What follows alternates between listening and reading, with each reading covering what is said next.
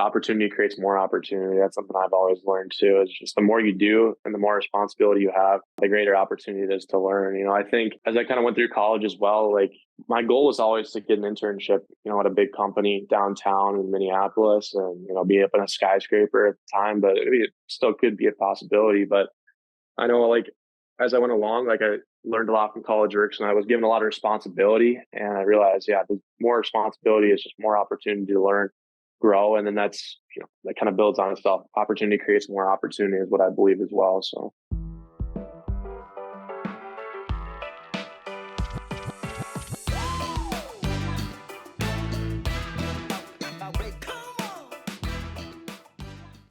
Welcome to the show. Thank you for listening. Don't forget to subscribe. We're coming up on the end of season 5 and season 6 kicks off again in February. We've got Mason Lindsay on the show today, only 21 years old and already kicking butt in life.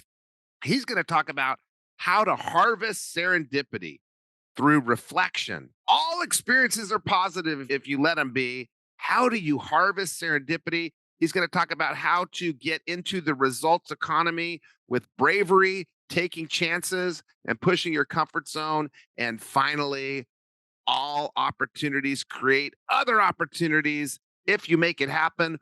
Welcome to the show and welcome to the Edge of Excellence. Well, Mason Lindsay, thank you so much for joining us today. I'm looking forward to the show. We got some young expertise here, kicking butt at an early age. Welcome to the Edge of Excellence. Yeah, that's awesome. Thanks for having me, Matt. I love the podcast, so I'm excited to be here. Oh, and he's a listener, an avid listener. Well, before we get deep into big school finance degrees while working and maintaining solid relationships with your 2 brothers, right? Yep, 2 younger brothers, yep. 2 younger brothers and family you talk about all the time and parents you love and feeling fulfilled at 21 years old. No one feels fulfilled at 21 years old. I got to know, Mason, what's your definition of excellence? Yeah, my definition, I've listened to tons of definitions on the podcast, but my definition, Matt, is adhering to high standards and effectively delivering results through effort and like the skills that you have. And then also having a constant focus on improving to reach greater heights as you do it. So it's my definition. Okay, so you're delivering results through skill and effort. You have high standards, and the last part was constantly improving. Yep, exactly. All right, so can you be excellent before you constantly improve? Do you start off not excellent? And if you're adhering to high standards, delivering results through effort and skill over and over and over, the skill's getting better, you're constantly improving, you're continuing to put in effort, then you get to excellence? No, I mean, I don't think excellence is a place you ever get to. I think it's always something that you strive for. Okay, so you're permanently on this path to excellence. Yep. So you cannot be excellent on the path to excellence. You can be almost excellent on the path to excellence. Okay, that's awesome. And we're going to get deep into your long life, way back in time, way back into 19 years old, running a $100,000 company at 19 years old. Was that a freshman or a sophomore? Freshman, yep. As a freshman in college. And then as a sophomore, only 20 years old, having $1 million business. And all this while keeping your future doors open with a solid GPA. And we might talk about what you want to do for a living, what you used to want to do for a living. But this episode is about kicking butt early. We're going to go way back. Like how many years? Like 4 years back.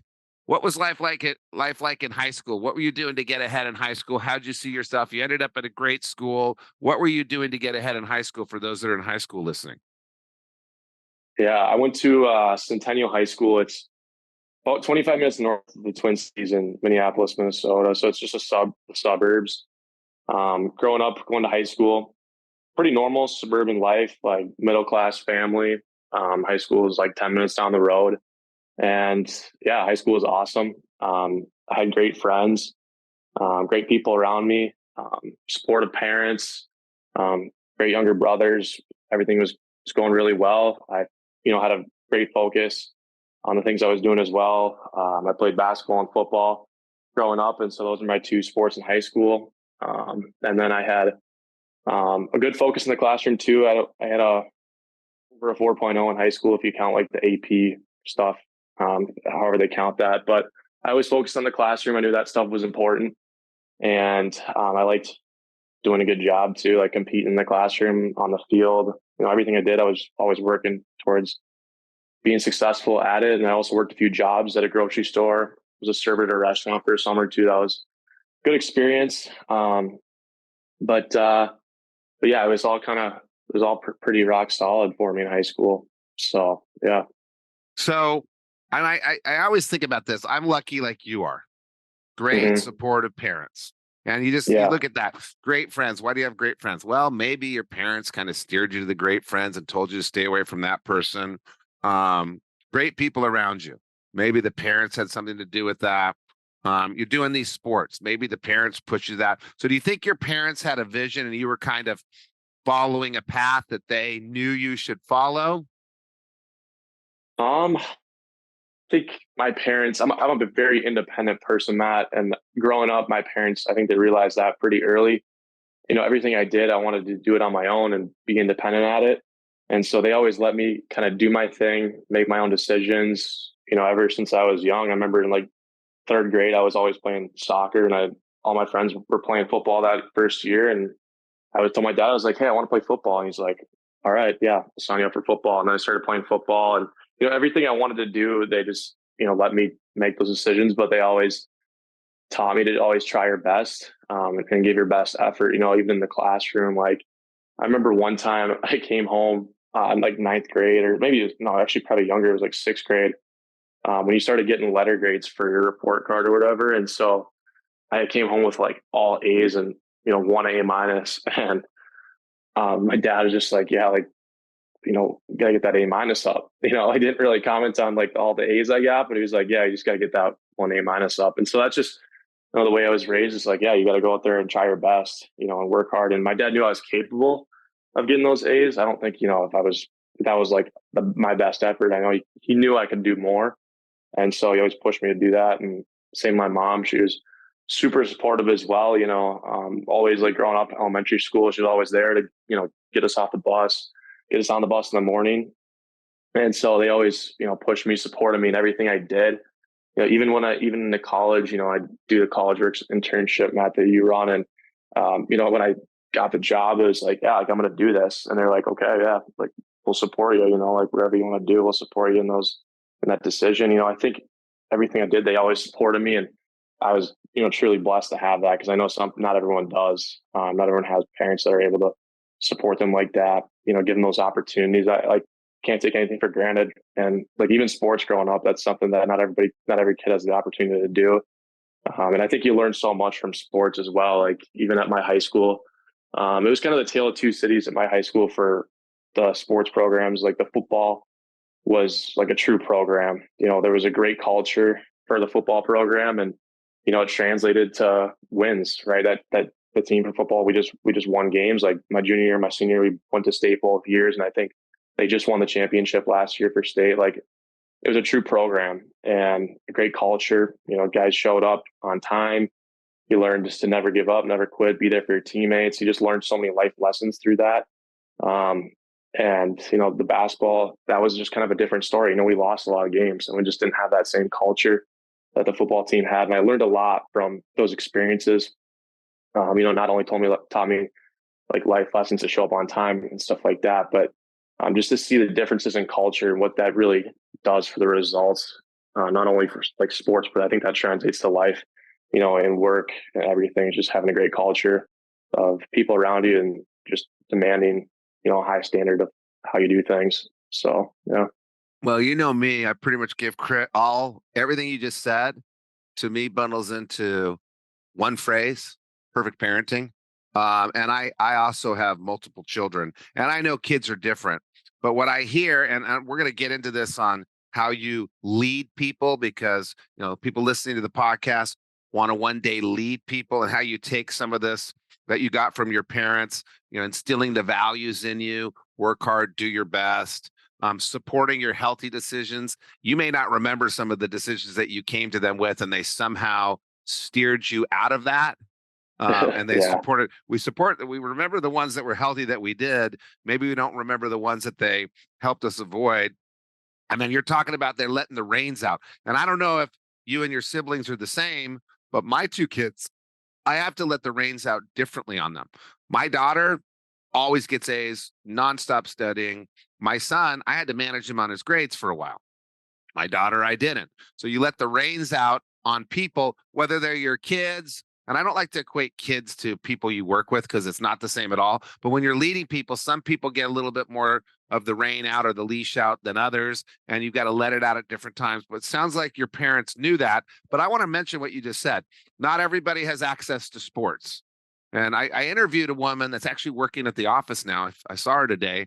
I was sitting in on the interview, and she was talking about Compton, Los Angeles, and the sports there. They had no sports. There was no sports. And I'm like, oh my God, you think about what you're missing. So there are people out there that don't have access to the sports, or maybe they have to work to support their family and they don't have access to the sports. There's people out there whose parents may not be as aware. And you know this, I've told you this. My daughter has a lot of friends whose parents kind of dropped the ball. And then those friends have come and found me to kind of fill in the space for them. So what do you do if you don't have those family values being instilled, your family doesn't have the awareness, the knowledge because they haven't been exposed like your parents have, or they don't have the time or whatever? What would you do if you didn't have that? I believe that you'd be in the same, maybe probably not as well, but I think you'd figure it out if your parents were horrible parents. What do you think you would have done differently if they weren't there to support you? Yeah, I think if you don't have that, you have to find it. So you just have to go find somebody that's like that for you and find a mentor, find someone that you want to be like someday, and find someone that you want to be like, and ask for their support and help you along the way. Growing up, you know, I have like an uncle who runs a business actually, Matt, and he lives in Florida. And I always just like, and whenever we went down to Florida to visit, a few spring breaks growing up, like went down there and visited them and just like saw how he was able to live and as he ran his business like successfully, and he always had, it was always financially like okay. And I mean, we just did amazing things whenever we were with him. I know one time we went to like a Tampa Bay Lightning game, and instead of just watching the game and just being there to be at the game, we like had this experience where we went on the Zamboni, like in between periods on the ice. And I was like, this is a crazy experience. This is a crazy world to be in, having just always been like middle class kid from the Midwest. And like I always saw that, and, he would tip people like $20 just for getting them something, and then like the people are always so grateful. And I realized, at that age that I wanted to be able to make an impact on the world like that, and to have that ability to help people, because he was always such a good person too. Wasn't a person that was Did he pass successful. And away? no, he's still doing He real well. is. He wasn't, was, he Oh is. yeah. He is a great guy. Yeah, he is a great guy. And he's always giving to people and always making an impact on other people's lives. And um, I thought that was amazing to be able to do that and have that opportunity and the ability to do that, because he works so hard too. He's always working, and it gives him the ability to impact other people's lives and give to others.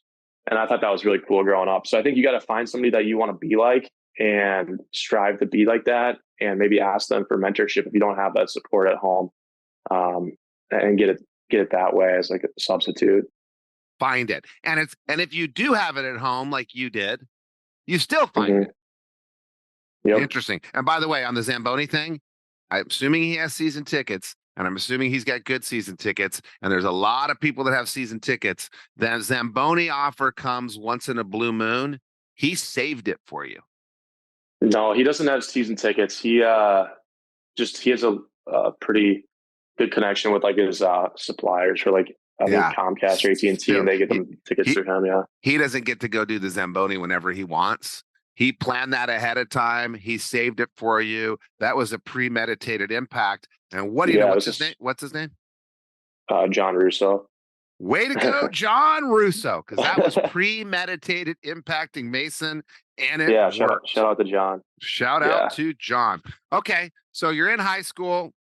You're doing pretty well with your grades, 4.0. And by the way, don't give the damn caveat. Just go with the 4.0. We don't need to know how you got to the 4.0, but you've got great friends, great people around you, supportive parents, you're playing sports, you're getting great grades, and then you decide to go to college and you go off to do you guys call it the U? Yeah. I mean, in Minnesota, they call it the U. It's like the only school that, that's in Minnesota So like you that. go to the U in Minnesota, Mhm. which is kind of an interesting place. I mean, for some people, the U has a bigger population than the city they grew up in. So you're going to this well-respected university that's got its fingers in all sorts of different things. They've got great science, great business, great just every aspect. Hard to get into, and you get there. And did you want to go into finance from day one? No, actually, I actually You came did into the U of engineering, M. didn't you? No, I wanted to do entrepreneurial management. I've always wanted to run my own business, and they had an entrepreneurial management major here at the U of M. When I applied for colleges, I didn't really look too much into that. It was kind of That's like what I think about COVID. entrepreneurial. Yeah. Yeah.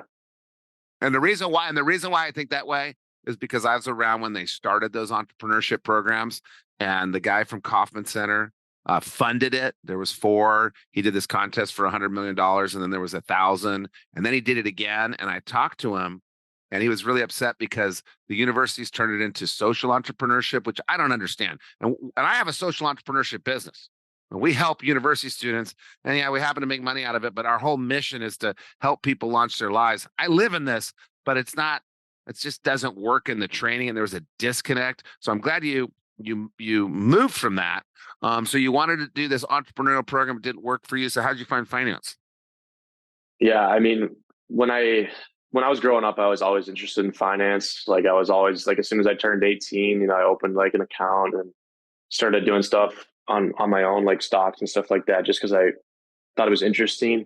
And I always liked math growing up. I was always pretty good at math, and I always enjoyed that. And then, yeah, when I went to school, I wanted to do entrepreneur management because I wanted to run a business someday. But I realized pretty early on that it just wasn't a major. It wasn't like something that I wanted to put all my eggs into like one basket with that, because, like you said, Because you want to um, diversify. yeah, exactly. I wanted to diversify a little bit. And with college works, having the opportunity to run a business in college, doing that outside the classroom, I was already learning how to do that. So when I went to college, I said, if I'm going to run my own business someday, I need to understand the financials. So I wound up doing finance for my major. Okay, so if you want to find your path, someone's listening right now on 1.5 speed, not taking notes if they're driving, but they're in that boat of 19 years old. They've got some things that they think they want to do. They think they want to do engineering, or they think they want to do entrepreneurship, or they think they want to do whatever they think they want to do. First thing that you mentioned is look for an opportunity to diversify. If you're getting it in one place, maybe you don't also need it at school.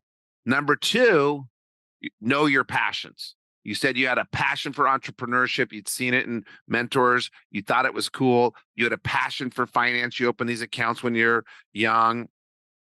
And then the third thing is look for what school can provide while you diversify.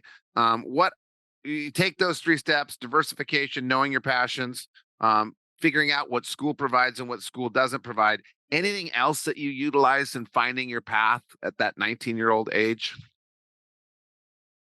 I think just like living in the real world, and doing that. When I did the college works painting internship, every estimate I did, I built rapport with every client before, and I sat down with them and had a conversation and got to know them on a personal level. And I got great advice from people. I remember I did an estimate for one guy one time, and it was kind of at the time where I was deciding between finance or potentially accounting as well. And he had previously been in accounting, and he's actually transferred over to finance. And the conversation I had with him, opened my eyes. I didn't book the job, but it was probably one of the most valuable 45-minute conversation I've had with a client, just because, he helped me kind of decide what I wanted to do with my major and my future. And I realized when I was talking to him, really want to do accounting. He's like, yeah, it's a lot of numbers. It's a lot of Excel spreadsheets, you know, and I knew I didn't want to be doing that, sitting at that desk and just doing numbers and stuff like that. It's not my thing. I'm not an Excel spreadsheet guru. I like talking to people and working with others and making an impact that way. So I realized, finance has more opportunities to go in that direction than accounting does. So, Do you consciously look for these serendipitous wins? Serendipity's all around you. How do you not focus on, oh, I didn't book the job, as opposed to, oh my God, I got way more out of that. It's way more valuable to me than booking the job. How do you keep that, I guess, serendipity harvesting attitude going? because I think everything you do, you have to try and learn something from it. If you don't book a job, like, why did you not book that job? Or if you did bad on a test, like, why did you do bad on that test? Always trying to understand what you can take away from the experience and what you can learn from it. And I'm trying to learn as much as I can. I think um, that's the greatest thing you can do is, like, it's like, instead of investing money, it's the same thing. Like, you invest money in the stock market at a young age, it's worth a lot when you retire. If you learn a lot at a young age, it's worth a lot more as you go along in life too. And you just know more and you can gain more. I think, um, as a 21-year-old college kid, I have a ton I still got to learn. I don't really know a whole lot about a whole lot yet. So I got a lot to learn. And I think anywhere you can learn from other people, it's always gonna be a valuable experience for you. So always Okay, try to learn. so let's just pause there. Everybody throughout their life takes a poop in their Cheerios. I Yep. don't know where I came up with that analogy. That's absolutely awful, but we're going to go with it. And so you can Yep. sit there and wallow in it and commiserate in it and just hate it, or you can stop and say, what am I going to learn from this? I think I talked to you about my 3 big financial losses, and the first Mhm. 2 I looked at them as an MBA. The last one, was pretty brutal, but I always had that attitude of, what am I going to get out of this? And I think I told you before, my wife wallowed in it and lost her mind for a little bit there and had some real problems. What am I learning? What am I getting out of it? And it was absolutely miserable. So you stop when things go down and you reflect, good or bad, whether something good happened or bad happened, you're stopping. If you're listening right now, how do you harvest serendipity? Things are happening all around you. Something bad happens. How do you turn that into a lesson or something good? So you stop, you reflect, and you try to turn every experience positive. You break up with your girlfriend, what can you get out of that? You get an F in the class, what can you get out of that? You lose all your money on an investment, what can you get out of that? So that immediate pain is really an investment in a long-term gain. Anything I missed there based on what you just said? No, I think that's awesome. Yeah, I mean, life's going to knock you down all the time, right? Like, there's going to be tons of ups and downs in life, and you just have to learn as much as you can from even the downs too. Um, yeah, you get kicked down pretty hard sometimes, but if you can learn from it and take something away, you can. I don't know if you can make it a positive, but I think everything happens But for you a can reason, find right? wins. You said you can Yeah, find the wins. yeah, What's the exactly. I mean, win everything of that? happens. Yeah, everything happens for a reason. Like, it was meant to happen. You're meant to learn something from that, right? So you have to take something away from it, or else it's just a loss is just a loss, right? You got to learn. I think that's a sports thing too. Growing up, like, yeah, you lose games. Like, what can you learn from that? How can you come back better? Adhering to high standards, effectively um, creating results through skill and effort, constant improvement. That's your definition of excellence. You're gonna stumble across the way. And does the stumble cause you to? Are you a male soccer player that flops and rolls around and stops the team and stops the game and causes everybody to not want to watch soccer? Or are you a female soccer player that keeps going, crushes it, and scores the goal?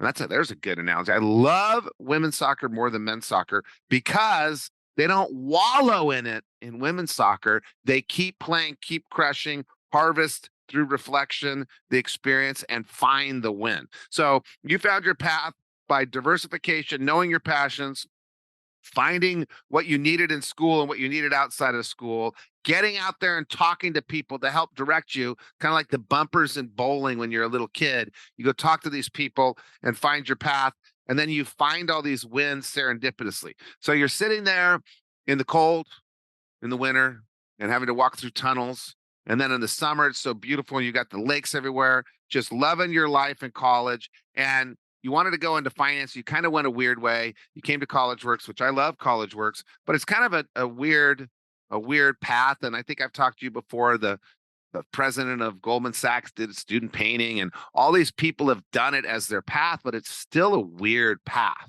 And you did it as a freshman. So why did you decide to go run this painting business as opposed to something else? And have you done anything in addition to it? Yeah. So I think when I decided to do it, it's kind of a no brainer for me. I had always wanted to run my own business, and I saw it as a risk free opportunity to do that. I knew anytime I wanted to start a business in my life in the future, it's going to require a lot of sacrifice, and it was probably going to be a financial sacrifice. You got to put a lot of money into a business if you want to run one and you want it to be successful. But I saw it as a risk-free opportunity. College Works set me up with everything. I just had to go out there and make it happen. And from the moment I hopped on an info session, it was like, yeah, this is a really awesome opportunity. And also, going through the interview process, I kind of learned too that not only did I want to do it because I wanted to run a business, but I also needed to do something to kind of separate myself. When I came to college, I was just a normal kid. I'd done a lot, I think, previously in my life, but going into college, taking my first business class at Minnesota, and wow, I was like, wow, I'm just one of many here, and I had to do something to separate myself and get ahead. And I didn't like feeling average. So I realized, when I graduate someday, I don't want to, or even when I get further down the line, I remember hearing upperclassmen talk about how they missed on an internship, but they knew the kid that got the internship because it was a classmate. And I was like, wow, I don't want that to happen to me. So I want to do something right away, get ahead so that when there's internship opportunities later in college and even jobs in life, I want to be the person that has those opportunities so I can, keep going along and be successful. And so I did it initially just to get ahead. And I know Jack, great Jack, Jack's the best. But he was my interviewer for a lot of my interviews through the process. And he asked me in one of my interviews, how I was different than another kid in Carlson, which is the business school here. And I didn't really know the answer to that question. I think I made something up on the fly, but that was something I had to ask myself. And that was something I asked myself every day in that internship. Like, how am I going to separate myself for the future and, come back on campus as a sophomore and have opportunities that I didn't have before and have opportunities that other students didn't have. So I used it initially as an opportunity to kind of get a leg up. And then it morphed into much more. And I learned a lot more from it than I ever expected. So yeah, and then obviously I took the next step as a district manager as well, and wanted to continue to learn more and more. I think kind of a phrase I use is like, the further you pull that slingshot back is the further you're going to fly when it's time to go out there and do that thing that you've always wanted to do. And so the more you learn, the more you take away, and the more you build for your foundation, you kind of lay that foundation for the future. So yeah. So how often do you think about separate? And we're talking about high achievement. We're talking about excellence. At 19 years old, you go run $100,000 business. You didn't go run a lawn mowing business like I did when I was a kid for a total revenue of, I don't know, $1,000 or $2,000. You didn't run a power washing business where you and your buddies go power wash and do a few grand and make a living. You kind of went into this structured environment that you were just like your parents, just kind of unleashed and let run. And some people don't do 100 grand. Some people do. 19 years old's pretty early.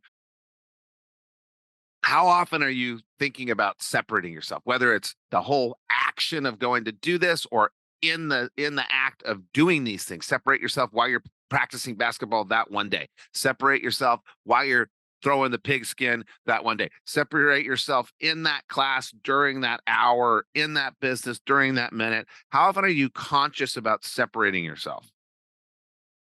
Yeah, I'm competitive, so I've always wanted to compete and get ahead and separate myself. But I think it also can't just be all that. I think separating yourself only gets you so far. At some point, like, you gotta want it for yourself, and it has to come from within as well. And growing up, I always realized I had it. I had been dealt a pretty good hand. I had a good draw in life, and I had a lot of had a lot given to me. I was pretty blessed growing up, and I wanted to make sure, I made use of that. And I know there's this song that I really like called "Live Like You're Dying" by Tim McGraw. And Oh, I'm sorry. basically, Stop, stop, stop, stop, stop. okay, We don't discuss country music. We don't okay. promote country music. We pretend country music doesn't exist in this podcast because it is the worst form of music. So, do you have an example that doesn't involve Tim McGraw, who's a country music singer? No, I don't actually. It's you got to listen Oh, to it, Matt. You got to listen to oh it. God. Okay. Well, you can Just one finish. song, You just can one finish song. your thought as long as you admit that country music is the absolute worst. Ding, ding, ding, ding, ding, ding, ding. All the songs. Admit that all the songs sound the same. At least that. Yeah, I mean, some of them definitely do, but Okay, yeah, I mean, we'll take it. I think in the So summertime, you you're got to throw some saying that country music you're on. saying that country music sucks. I'm not saying that, but you Oh could say my God. Oh that. my God. Okay, continue with your story. So it's a great song, by the way, and and if you would take a second to listen to it, but it's not really for the song. You could read the lyrics, Matt, if you really have to Okay, not I'll read listen the to it. lyrics. It's a poem. It's a This poem, yeah. poem by Tim Yeah. McGraw, a different Tim McGraw than the country music singer, the poet Tim McGraw. What did you learn from it? Yeah, so it's a great poem. And basically he talks about, it's a guy, this kind of story. It's a guy who like gets cancer or something like that. And the doctor says he only has so much time left to live. And it's like, and the guy's like asking like, well, what'd you do? He's like, he went out there and like lived his life to the fullest. He went skydiving, Rocky Mountain climbing, and he rode a bull. It's like part of the poem. And he's like he said at the end, he's like, I wish everyone had the chance to live like they were dying, because that's like what living really is like, is going out there and living every day to the fullest and understanding that you only have one life and you've got to go out there and make it happen. And so it's not always about competing against other people, but you have to do it for yourself. When I die someday, I want to know that I made an impact and I gave it my all, and that I didn't just take. I also gave. And, um, like that's what life's really about, is making the world a better place and making an impact on other people. And I think, yeah, you're going to make mistakes. You're going to learn along the way. But if you can have that as your focus at the end of the day, like that's going to help you be successful. And so it's not only just to, get ahead and have better opportunities, but it's also for myself, because I want to know at the end that I gave it my best shot and that I tried my hardest, and that, if I didn't go out there and, I don't want to have any regrets. So I got to go out there and give it my all, so that when I get to the end, I know that I really gave it my all. So that's kind of what it stems from. I think more from within than from with like the competition thing. Yeah, well, separating yourself doesn't have to be competition. It can be being the best. So I constantly think about, I don't constantly think about it, but I'm constantly separating myself. You've got the things you're good at and the things you're bad at. So, and I think of it as, how do I add value? So I'm going to separate myself and become an expert at this thing over here so I can add value. I'm going to take whatever I'm really good at and get even better at it so I can be the best at adding the value. So separating yourself doesn't have to be selfish. You're not a selfish person. You're a selfless person. Interesting though that you harvested some more serendipity through that music. Yeah, and Um, I kind of tried to live it too a little bit. I went out there and I actually skydived when I turned 18. And Scary. yeah, I'm a one-time skydiver though. That Me was the too. last I'm time a I'll one ever do it. timer. Yeah. Yeah. So that was the last time, first and last. I realized while I was going down, I was like, what am I even doing right now? And then when they pull the parachute, that's like the worst part. You just get jerked super hard in the sky. And then you realize you're just floating in the air, strapped to some guy strapped to your back, and you're just flying, you're just floating down to the ground. And it's like the worst Yeah, 5 minutes of your the life. worst. The Or they worst. do that thing where they flare it and Oh you my get that God. feeling that you're falling again. Yeah, Oh, they play games while you're floating down there, and it's like, God, dude, I just want to get back on the ground again. This is terrible. And yeah, that's and my I think I experience. realized, yeah, those 5 minutes were like, oh my God, I realized like I just want to be on the ground so bad, and I realized like right then and there, I was like, I have so much I still have to go out there and accomplish and do, and like I don't think I was ever gonna die in that moment, but it was probably the closest I've been, where I was like, man, this is like, I got a lot I gotta still do, and a lot I gotta accomplish, and a lot I gotta give to the world still. So I can't just do that anymore. So I'm a one-time skydiver, and if anybody does go skydiving, don't do it over some farm field in Wisconsin. Do it over something cool. Go to like an ocean area or something like that and do it in a cool spot. Don't just do it over farmland where you're just looking down on grass. That was pretty dumb. So you're hitting two things though. You're harvesting your serendipity, and you said find mentors. You find a mentor in a song. You find a mentor in an uncle. You find a mentor in maybe a sibling. You find a mentor in anywhere you look. So you're harvesting this serendipity and through reflection, finding these different ways to learn, and then you're also kind of caught up in the results economy, not for the results, but the results economy. Getting ahead involves bravery, taking a chance, pushing your comfort zone. So you're doing things to push yourself constantly. At 19 and then 20, you run this giant team. I think only 6 times in the history of our business of 31 years had anybody run $1 million business. And I think you were the first person to do it. You were the first person to ever do it in their first year, right?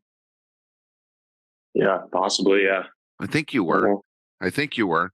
And so you move into this looking for these diverse knowledge, knowing that you're passionate about business, knowing that you're getting the finance over in college. We don't do a whole lot of finance. You're running profit and things like that, but it's not deep finance. It's an additional skill set to what you already had. And now you're a junior. What do you want to do for a living, or do you know yet? Yeah, I mean, I don't really know what I want to do yet for the rest of my life. I don't think anybody really does, but why do you I think so just many know, people think they need to know what they want to do for the rest of their lives? I don't know. I mean, I think they see like maybe they see their parents that have a job and they usually work in the same job for a long time and they're everyone's kind of set in their ways, like doing their thing. And I think you feel that There's a good pressure. question there. There's a good question there. Yeah, that's a good question. Maybe people haven't asked their parents, what did you do before you do what you do now? How many different things did you do before you figured out what you wanted to do for the rest of your life? Because the kids weren't around when the parents, most of the time, the kids weren't around when the parents were trying out different things and exploring different things. So I don't know the answer to this, but I wonder how many different things did your parents do before they settled into what they did do for 20 years? Do you know? Well, I know my mom, I know she worked at like Enterprise car rental for a little bit. And then I think she works in insurance now as like an auditor. So probably your favorite person in the world, Matt, an auditor, right? Interesting though, she was in kind of sales. It didn't fit for her, right? My wife was in sales, didn't fit for her. And then because she's probably not a driver influencer, she's probably the SC on the disc score. By the way, we have an episode on disc. Mason's taking the disc. Everybody that we know is taking the disc. Episode number 4 talks about it. Take the test. It'll enlighten you. So she tried something totally different, maybe more than one thing before she settled in. And I think most people don't know that almost everyone they know didn't start off doing what they're doing now. I did, which is weird. I tell that to my kids. You don't have to pick what you're going to do for the rest of your life. You have to pick what you're going to do for the first year, and then you can change. So yeah, my dad was in journalism. That's what he majored in. And then he does marketing now. So he switched a little bit too. Yeah, he's marketing. So, yeah, if you're driving right now in your car and you're a senior or a junior in college and you're having what I call the pre-life crisis, or maybe you're 25 years old and you started doing something, but you don't think it's right, that's normal. It's normal to have the crisis. It's normal to freak out. It's normal to try things that don't work.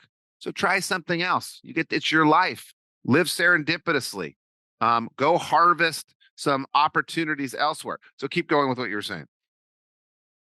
yeah, with that too, even like opportunity creates more opportunity. That's something I've always learned too. Is just the more you do and the more responsibility you have, the greater opportunity it is to learn. I think as I kind of went through college as well, like my goal was always to get an internship, at a big company downtown in Minneapolis, and be up in a skyscraper at the time. But it still could be a possibility. But I know, like, as I went along, like I learned a lot from college works and I was given a lot of responsibility, and I realized, yeah, the more responsibility is just more opportunity to learn, grow. And then that's, that kind of builds on itself. Opportunity creates more opportunity is what I believe as well. So, yeah.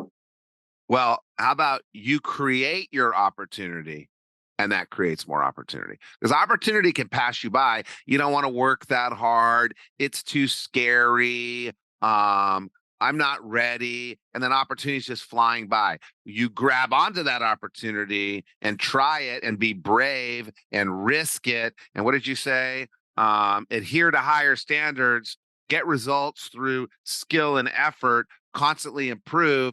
That creates other opportunities. If you grab onto an opportunity and you don't put effort into it, you don't really try, you're not brave, you give up too early, it doesn't create more opportunity. So opportunity creates more opportunity if you make the opportunity create more opportunity. It does for me, because how you do one thing is how you do everything. It does for Mason, because how he does one thing is how he does everything. We don't half-ass anything. And so other opportunities pop up. Yeah, that's a good point. I mean, when I showed up to training as an intern, there was, probably 100 kids in the room. And yeah, I guess I'm kind of the only one still standing. I guess Olivia still works here too. So yeah, but, Well, and but some of finding those somebody that, people use that College Works opportunity to go find yeah, other opportunities. 100%, Some people were the ones I love more that stayed here.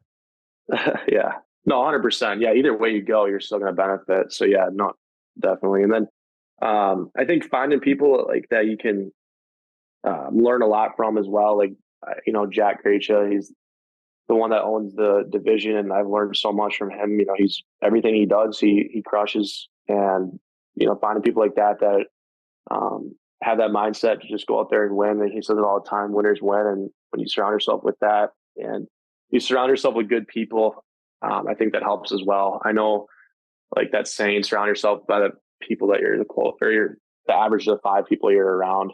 That's a huge thing I live by too, is surround yourself with people that are going to push you and work hard.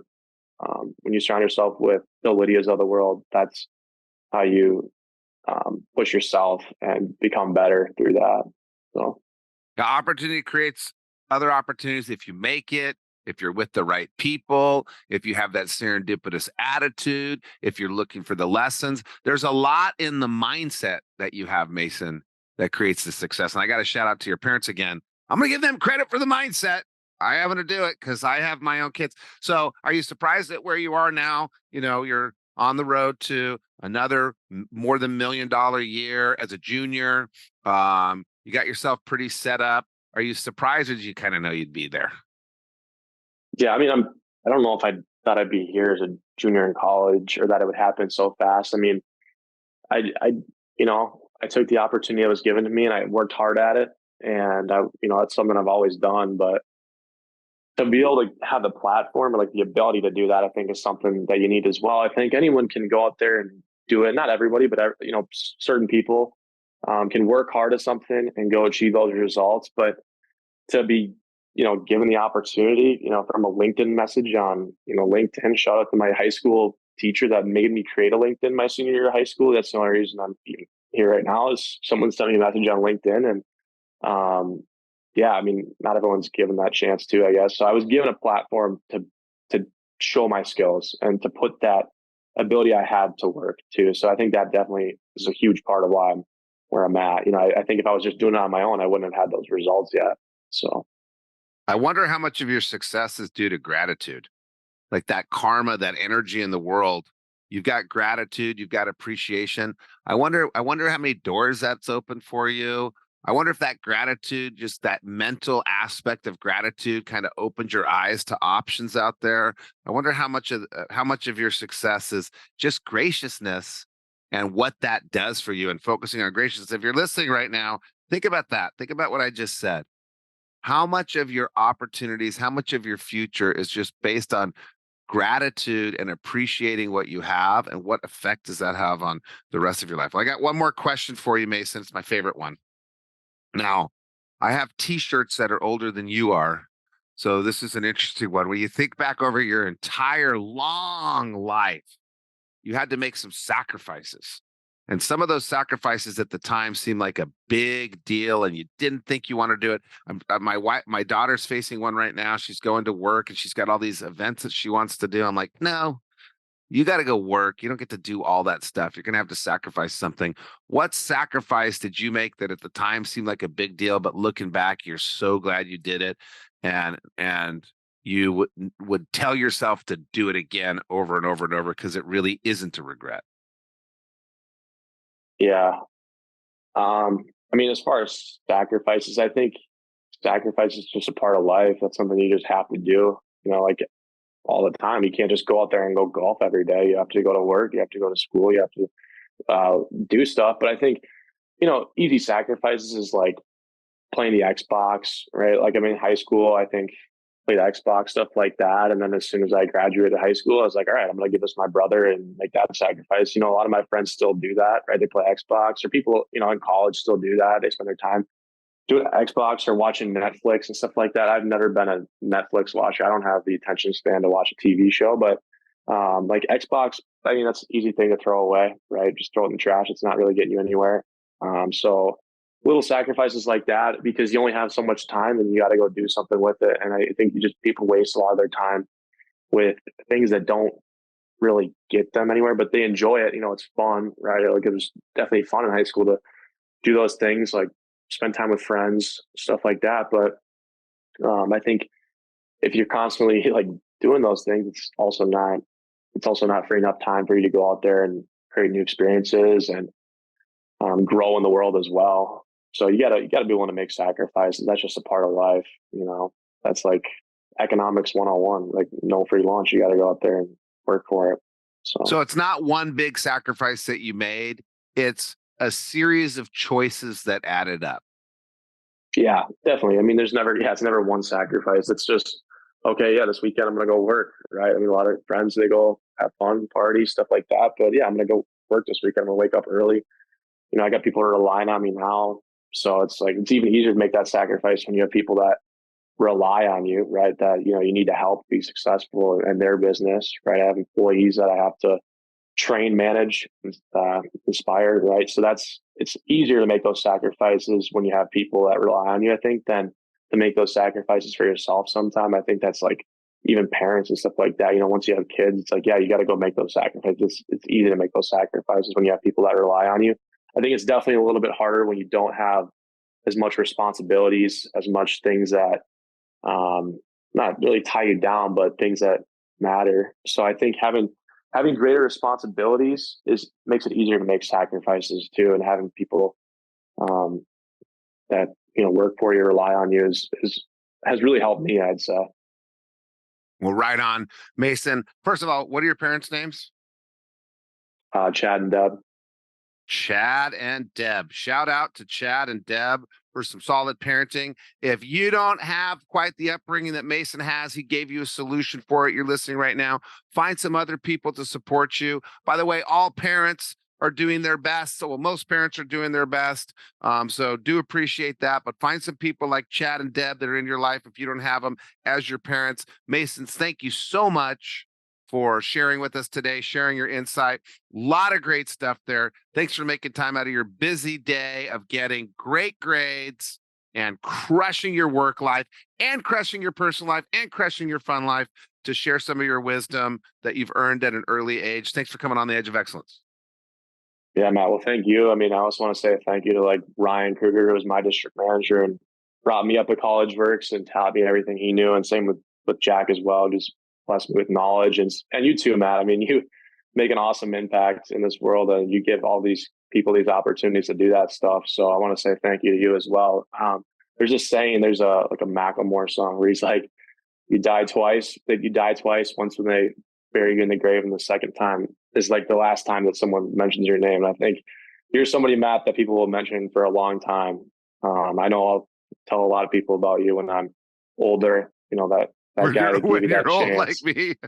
Yeah, Well, yeah. well, So I well, well, appreciate it. well, I appreciate it. And we'll end with gratitude too. I wonder if you're listening right now, I wonder what impact gratitude can have on your life. Sitting there and appreciating all the things that are happening around you. If you got nothing else out of this, focusing on gratitude, I wonder what that would do for you. Thank you for listening. Thanks for being on the show, Mason. Go off and kick ass and enjoy your life of excellence.